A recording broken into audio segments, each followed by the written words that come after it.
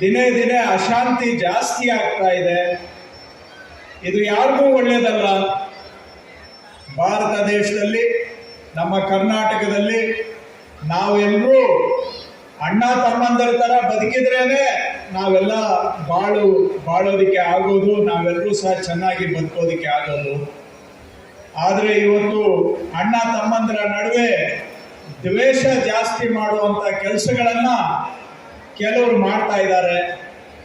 ಅಂತ ತಪ್ಪು ಕೆಲಸ ಮಾಡೋರ್ಗೂ ಒಳ್ಳೆ ಬುದ್ಧಿ ಬರಲಿ, ಜನಗಳನ್ನ ಕೂಡಿಸುವಂತ ಬುದ್ಧಿ ಎಲ್ಲ ಜನಗಳಿಗೆ ಬರಲಿ ಅಂತ ತಾವು ಪ್ರಾರ್ಥನೆ ಮಾಡಿ.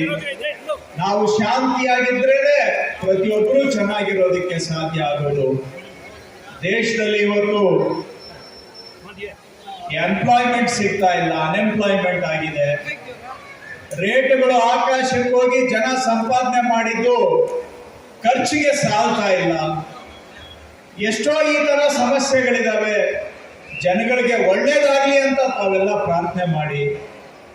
ಜನಗಳಿಗೆ ಶಾಂತಿ ಸಿಗಲಿ, ಉದ್ಯೋಗ ಸಿಗಲಿ.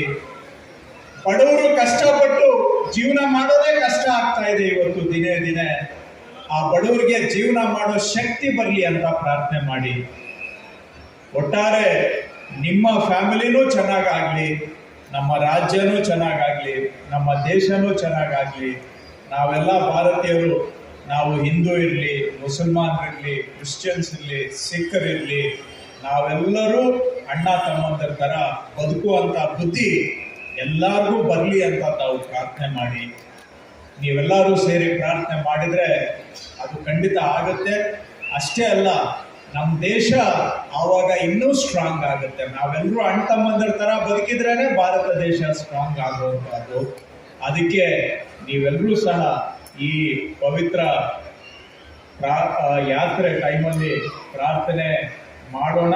ಪ್ರಾರ್ಥನೆ ಅಷ್ಟೇ ಅಲ್ಲ, ನಾವೆಲ್ಲರೂ ಸಹ ನಮ್ಮನ್ನ ಡಿವೈಡ್ ಮಾಡೋದಕ್ಕೆ ಯಾರು ಏನು ಪ್ರಯತ್ನ ಮಾಡಿದ್ರೂ ಕೂಡ ನಾವೆಲ್ಲ ಇನ್ನೂ ಹೆಚ್ಚಾಗಿ ಅಣ್ಣ ತಮ್ಮಂದರ ಥರ ಬದುಕೋಣ ಅಂತ ನೀವೆಲ್ಲರೂ ಸಂಕಲ್ಪ ಮಾಡೋಣ.